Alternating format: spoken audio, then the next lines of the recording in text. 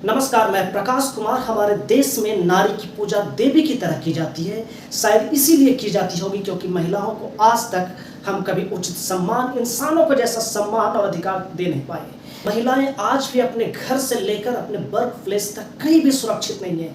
महिलाओं को आज भी एक ऑब्जेक्ट की तरह समझा जाता है और हमारा मर्दवादी समाज आज इतना इस कदर सड़ चुका है कि वो हर बार हिंसा और दरिंदगी की एक ऐसी मिसाल कायम करता है जिसके आगे पुरानी सारी मिसालें छोटी पड़ जाती। जी हाँ, आज मैं कोलकाता के रेप केस की बात करना चाहता हूँ, उसमें हुए खुलासे को सिलसिलेवार ढंग से बताना चाहता हूँ। दरअसल बात की शुरुआत उसी रात से करना चाहता हूँ। वो रात 8 अगस्त की रात थी। उसी रोज नीरज चोपड़ा का भी मैच था और पूरा देश गोल्ड की निगाहें लगाए बैठा था।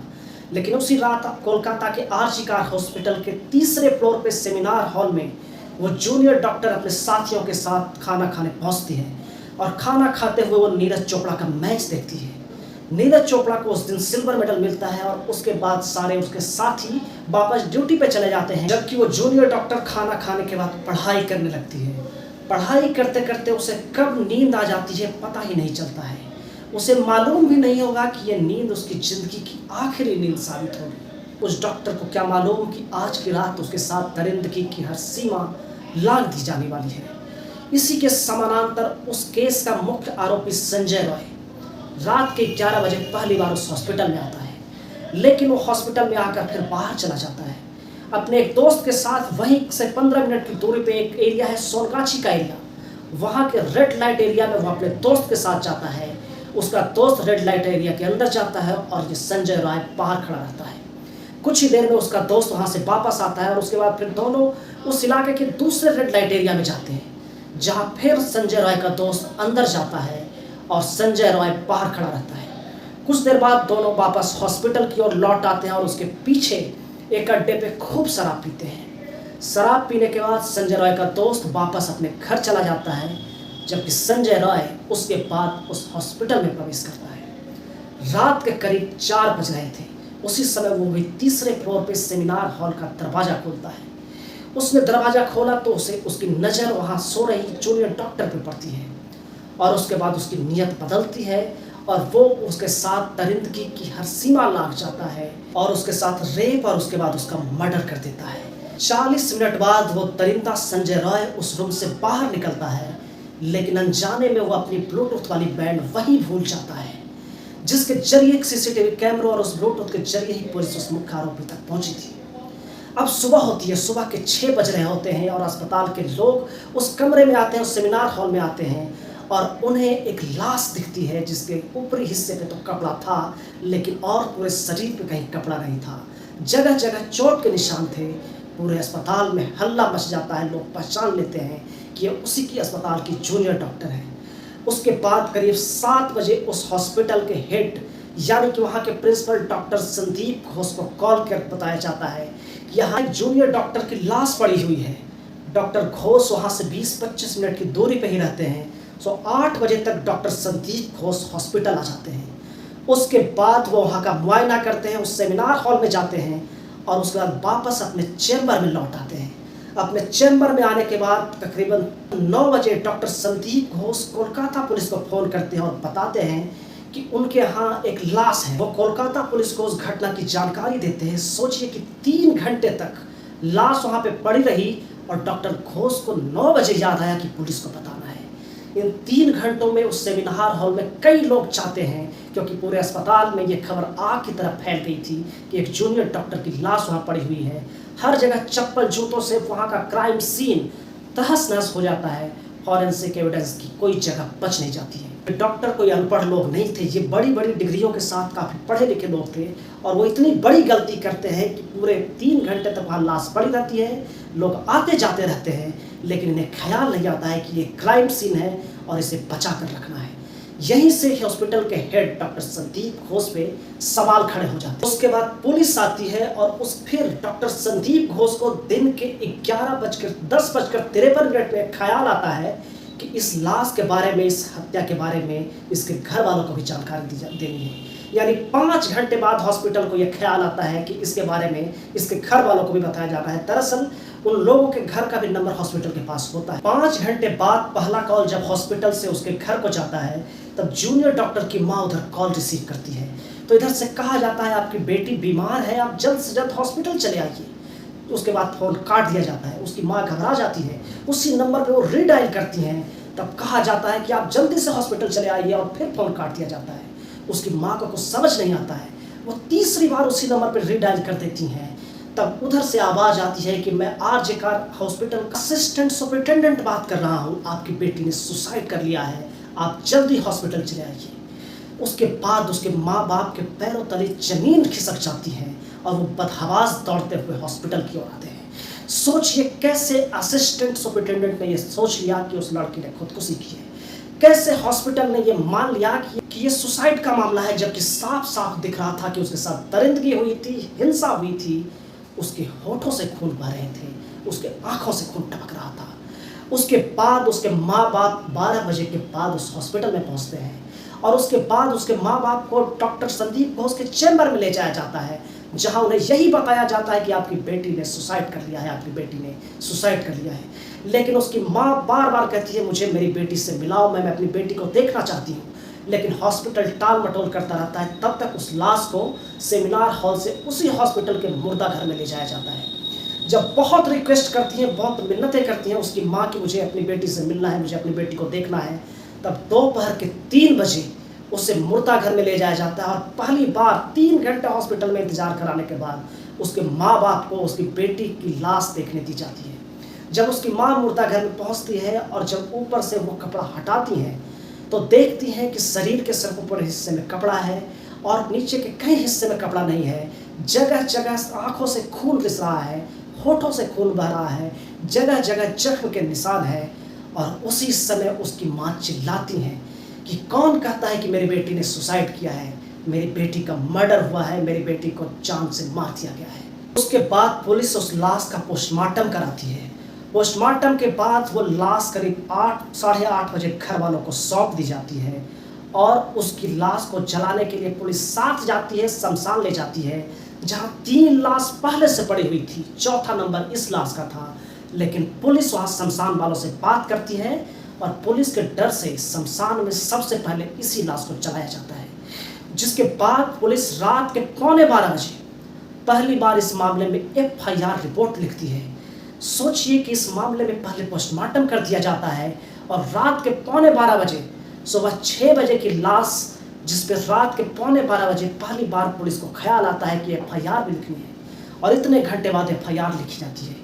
आपने कब सुना है कि किसी केस में बिना FIR पोस्टमार्टम हो गया? ये खुद में एक बहुत बड़ी घटना है कि इतनी बड़ी चूक पुलिस से कैसे हुई, हॉस्पिटल प्रशासन से कैसे हुई। शाम होते होते पूरे अस्पताल में खबर आग की तरह फैल चुकी थी, और उसके साथ ही जूनियर डॉक्टरों ने हड़ताल शुरू कर दिया था। उसके विरोध में वो धरने पे बैठ गए थे। धीरे धीरे मामला न्यूज में आया, और जैसे ही न्यूज में आया ये वायरल हो गया, और उसके बाद वहाँ लोग जमा होने लगे और कोलकाता पुलिस पे दबाव बना। तब उसने जल्दी से मुख्य आरोपी संजय राय को गिरफ्तार किया और जांच शुरू कर दी। 2 दिनों के अंदर ही ममता बनर्जी पीड़ित परिवार के घर जाकर मिल आईं, और उन्होंने उसे आश्वासन दिया कि 1 हफ्ते में अगर हमने इस जांच को पूरा नहीं किया कोलकाता पुलिस ने, तो मामले को CBI को सौंप देंगे। लेकिन उससे पहले ही कलकत्ता हाईकोर्ट ने इस मामले में संज्ञान ले लिया, और पुलिस की इन हरकतों की वजह से उसको 1 दिन के अंदर ही CBI को सौंप दिया। मामला CBI को जाने के बाद CBI इस केस में आई, और उसने अपने तरीके से जांच शुरू की। लेकिन तब तक देश में जगह जगह इसके खिलाफ आंदोलन होने लगा, धरना प्रदर्शन होने लगा, लोगों ने इसके खिलाफ आवाज उठानी शुरू कर दी। जिसके बाद देश की सबसे बड़ी अदालत ने इस पर स्वतः संज्ञान लेते हुए इस मामले को सुना, और पहली बार एक नेशनल टास्क फोर्स की स्थापना कर दी। इसके अलावा इस केस को बड़ी गंभीरता से सुप्रीम कोर्ट ने आज भी सुना। आज CBI ने इस केस में स्टेटस रिपोर्ट सौंपी। सुप्रीम कोर्ट ने आज CBI से स्टेटस रिपोर्ट मांगी, जिसके बाद CBI ने सील बंद लिफाफे में स्टेटस रिपोर्ट सुप्रीम कोर्ट के जजों के सामने रखी, और सुप्रीम कोर्ट के जजों ने उस लिफाफे में से पढ़कर वापस वो सील बंद लिफाफा CBI को सौंप दिया, क्योंकि अभी ये मामले की जांच जारी है और चाहती है कोर्ट ये मामला भी गोपनीय रहे। दरअसल इस केस में फॉरेंसिक रिपोर्ट जो आई है उसके अकॉर्डिंग CBI के सोर्सेज की माने तो इसमें गैंग रेप की पुष्टि नहीं हुई है। यानी फॉरेंसिक रिपोर्ट के अनुसार 2 ही DNA प्रोफाइल मिली हैं, एक तो उस जूनियर डॉक्टर की और दूसरी संजय रॉय की। तो इसका मतलब है कि कहीं ना कहीं सिर्फ संजय रॉय ने ही इसके साथ रेप किया है, दरिंदगी की हदें पार की है। इसके अलावा गैंग रेप की पुष्टि नहीं होती है, लेकिन जिस तरीके से हॉस्पिटल ने इस मामले में छोटी छोटी गलतियां की हैं, उससे हॉस्पिटल पे सवाल खड़े होते हैं। और पिछले 5 दिनों से उस हॉस्पिटल के प्रिंसिपल डॉक्टर संदीप घोष से सीबीआई पूछताछ कर रही है और उनके लिए भी, उसकी पॉलीग्राफी टेस्ट के लिए भी सीबीआई ने सियालदह कोर्ट से इजाज़त मांगी है, जो कि आज मिल भी गई है। तो जल्द ही उनका भी पॉलीग्राफी टेस्ट हो जाएगा कि वो झूठ बोल रहे हैं या सच बोल रहे हैं। लेकिन इस घटना ने एक समाज के तौर पर हम सभी को फिर से शर्मसार किया है, कलंकित कर दिया है। लेकिन पॉलिटिक्स का क्या है, वो तो अपने ही तरीके से चलती रहती है। अब मैं इसके राजनीतिक पहलुओं पर बात करना चाहता हूँ। ममता बनर्जी जो उस राज्य के चीफ मिनिस्टर है, उनके ऊपर भी लानत है कि कैसे वो कानून व्यवस्था मैनेज कर रही है, जहां हॉस्पिटल में किसी को किसी बात का डर नहीं है और इस तरह की दरिंदगी भरी घटना हो जाती है। इसके लिए वो जिम्मेदार है, उनकी पुलिस पूरी तरीके से जिम्मेदार है। जिस तरीके से मामले में ढिलाई की गई, जिस तरीके से छोटी छोटी गलतियां की गई, इसके लिए ममता बनर्जी की सरकार जिम्मेदार है। इसके अलावा वहाँ की पुलिस पे भी बड़े सवाल उठते हैं और हॉस्पिटल प्रशासन पे तो उठते ही उठते हैं। लेकिन इसके अलावा एक और बड़ी बात आप देख रहे होंगे, क्या प्रधानमंत्री मोदी कहाँ है? उनका इन मामलों पे कोई बयान क्यों नहीं आ रहा है? आपने कब सुना कि ममता बनर्जी के राज्य में कोई घटना हो और बीजेपी खामोश रह जाए? अभी तक उस घटना स्थल पे इस मामले में ना तो स्टेट बीजेपी का कोई लीडर ज़्यादा बोल रहा है, ना ही केंद्रीय बीजेपी से कोई नेता बोलता हुआ दिख रहा है। आखिर इसके पीछे की वजह क्या है? ममता बनर्जी जो उस राज्य की मुख्यमंत्री है, वो कहती हैं कि फांसी देनी चाहिए हत्यारों को, और उसके लिए वो प्रदर्शन करती हैं, सड़क पर उतर जाती हैं। सोचिए, एक चीफ मिनिस्टर को सड़क पर उतरने की क्या जरूरत है? उन्हें तो सीधे फांसी दे देना चाहिए। उनको भी पता है कि अदालती कार्रवाई से ये केस गुजरेगा और इतना आसान नहीं है। वो भी राजनीति कर रही हैं, लेकिन इसके अलावा बीजेपी भी उतनी ही राजनीति कर रही है। हर बार बीजेपी राष्ट्रपति शासन लगाने की बात किया करती थी आज से पहले, लेकिन इस बार ऐसा क्या हुआ है कि बीजेपी खामोश है। ना तो वहाँ के स्थानीय नेता कुछ बोल पा रहे हैं, ना ही दिल्ली से कोई नेता ज़्यादा इस मामले में बोल रहा है। इसके पीछे अमित शाह या नरेंद्र मोदी की चुप्पी क्या कहती है? दरअसल इसके पीछे जो वजह सामने आ रही है, इस बार टीएमसी जो ममता बनर्जी की पार्टी है, उसने लोकसभा चुनावों में 33 सीटें जीती हैं और इस बार केंद्र में बीजेपी को 240 सीटें मिली हैं और वो एक कमजोर सरकार नरेंद्र मोदी इस बार चला रहे हैं, गठबंधन की सरकार वो चला रहे हैं। ऐसे में वो ममता बनर्जी को नाराज करना नहीं चाहते हैं कि क्या पता कब उन्हें ममता बनर्जी की जरूरत पड़ जाए, और इसीलिए प्रधानमंत्री मोदी और अमित शाह खामोश हैं। जबकि सलीके से उन्हें अपनी राजनीति को किनारे रखकर इस मामले पर बोलना चाहिए था और ममता बनर्जी पे एक्शन लेने के लिए दबाव बनाना चाहिए था, या जो भी पॉसिबल हो सकता था वो कदम केंद्र सरकार को उठाने चाहिए थे। लेकिन वो भी अपनी कुर्सी बचाने के लिए, अपनी कुर्सी के लिए ममता बनर्जी पे सवाल नहीं उठा रहे हैं। ये बेहद ही कितना ही शर्मनाक है और ये कितनी राजनीति इसके अंदर छुपी हुई है कि एक देश जहाँ इतनी बड़ी घटना हो गई महिलाओं के साथ, वहाँ दो दल अपनी अपनी राजनीति तलाश रहे हैं, अपनी राजनीतिक रोटियां सेक रहे हैं। ये एक समाज के तौर पर फेलियर है। बेटी बचाओ और बेटी पढ़ाओ की बात करने वाली नरेंद्र मोदी सरकार इस मामले में इस कदर खामोश हुई है कि उस पे भी बड़े गहरे सवाल उठने लगे हैं कि क्या जब वोट बैंक का मामला आ जाएगा, जब सांसदों के समर्थन का मामला आ जाएगा, तो इसीलिए आप उस मामले पे खामोश हैं, जो कि उस पर उन्हें बोलना चाहिए था और विरोध दर्ज कराना चाहिए था। बाकी दोस्तों, आप इस मुद्दे पे क्या सोचते हैं? जो आर्जिकर हॉस्पिटल में घटना हुई है, उस पे किस तरह की सजा मिलनी चाहिए, ये भी आप कमेंट करके बताइए। और ये भी बताइए कि इसमें कौन आपको दोषी दिख रहा है। क्या कोलकाता पुलिस दोषी है, हॉस्पिटल प्रशासन दोषी है, या फिर सीबीआई भी जांच करने में कहीं ना कहीं फेल हो रही है? इस पे भी आप सवाल उठाइए, क्योंकि सीबीआई का भी कोई ट्रैक रिकॉर्ड बड़ा अच्छा नहीं रहा है। सीबीआई को जितने भी केस आज तक मिले हैं, कभी भी वो अंजाम तक सही तरीके से केस को नहीं ले जा पाई है। सुशांत सिंह राजपूत का केस मिला था, उसमें वो हेडलाइन तो न्यूज़ चैनलों में कुछ दिनों तक बनी, लेकिन उस केस का हाल क्या हुआ ये आप सभी अच्छे से जानते हैं। तो सीबीआई पे भी भरोसा नहीं किया जा सकता है कि वो किसी केस को सही तरीके से सॉल्व किया जाए। तो इस तरीके से हर किसी पे सवाल है, राजनीतिक पार्टियों से लेकर पुलिस से लेकर हॉस्पिटल तक पे सवाल है, और एक समाज के तौर पे हम पे और आप पे सवाल हैं, जहां महिलाओं के ऊपर बर्बरता की जा रही है, विभत्स से विभत्स घटना की जा रही है, एक से एक रेप और दरिंदगी की मिसालें सामने आ रही हैं।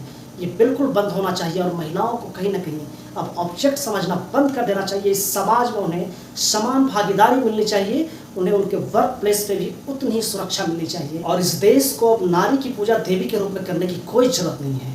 उसे बस उस नारी को, उस महिला को एक इंसान का दर्जा दे देना चाहिए, क्योंकि जब आप किसी को इंसान का दर्जा नहीं दे पाते हो तो उसे आप भगवान बना देते हो, देवी का दर्जा दे देते हो। उसे अब इंसानियत का दर्जा मिलना चाहिए, उसे समान अधिकार मिलने चाहिए और हर तरह की बराबरी मिलनी चाहिए, तभी ये समाज फिर उस दिशा में आगे बढ़ पाएगा। इस खबर पे आप क्या सोचते हैं कमेंट करके जरूर बताइएगा। और वीडियो अगर अच्छा लगा हो तो इसे लाइक शेयर और चैनल को सब्सक्राइब जरूर कर दीजिएगा। हम मिलेंगे आपसे अगले वीडियो में, तब तक के लिए नमस्कार।